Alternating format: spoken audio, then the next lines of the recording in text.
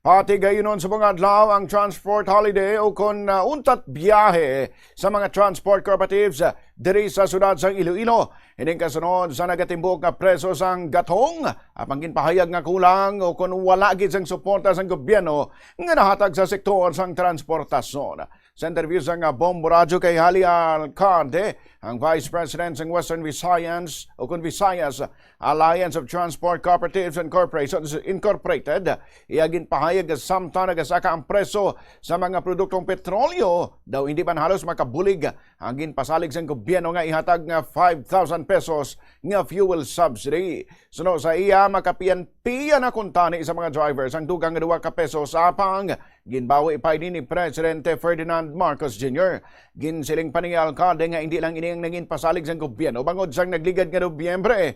Nakatalana nga magahatag man kuntani ang Department of Transportation, kag Land Transportation Franchising and Regulatory Board sang equity subsidy apang wala man ini magtupa tubtob subong.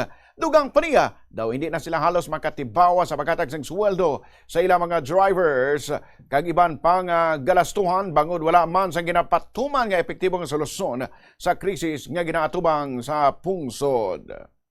Ang aton wala nga ginapangayutan ni bala no ay nang daw medyo long term effect bala sa pag-mitigate sining pagtaas ang fuel. Ginhatag to tani bala nga fare increase although nga jutay lang gid ato makapian-pian na tani. Tiyo galing ginbawi pa sa aton nga presidente. Ining DOTR LTFRB maiging commit na ini sila sa amon na ginatawag bala naton nga equity subsidy. We don't know kung ano na ang natabo kay until now matapos na ang Marso.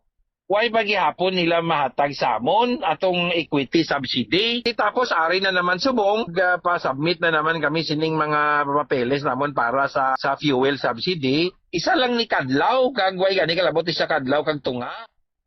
Nabarihan si Mr. Hali Alcalde, talalupang doon ngayon nga protesta o ang unang himuon sa transport cooperative sa sudad sa Iloilo halin sa nang suporta sila sa PUV Modernization Program.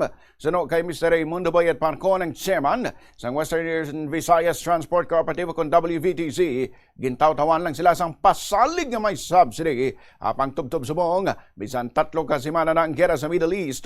Wala gihapon sang ayuda nga nabaton ang sektor sang transportasyon halin sa gobyerno. Suno kay Parcon, preparado man sila kung may show cause order o kung ano man ang isaway sa ila kadungan sang pagpaligayon sang transport holiday. Doon na kami whatever nga kung ano ang matabo sa amon, ara kami maang gyapon nga mag-support sa ara kami gyapon dapat tigaway sang kausa nato sa tanan nga mga transport sector at cooperative hindi man nga wala sa kooperatiba ang kausa naton subong isahon naton kung naton no sa ini nga kausa hindi lang ni isa ka tawo ang benepisyo tanan kita kuning kaso magdaog kaso mag-aksyon ang gobyerno sa aton kita tanan maka benepisyo.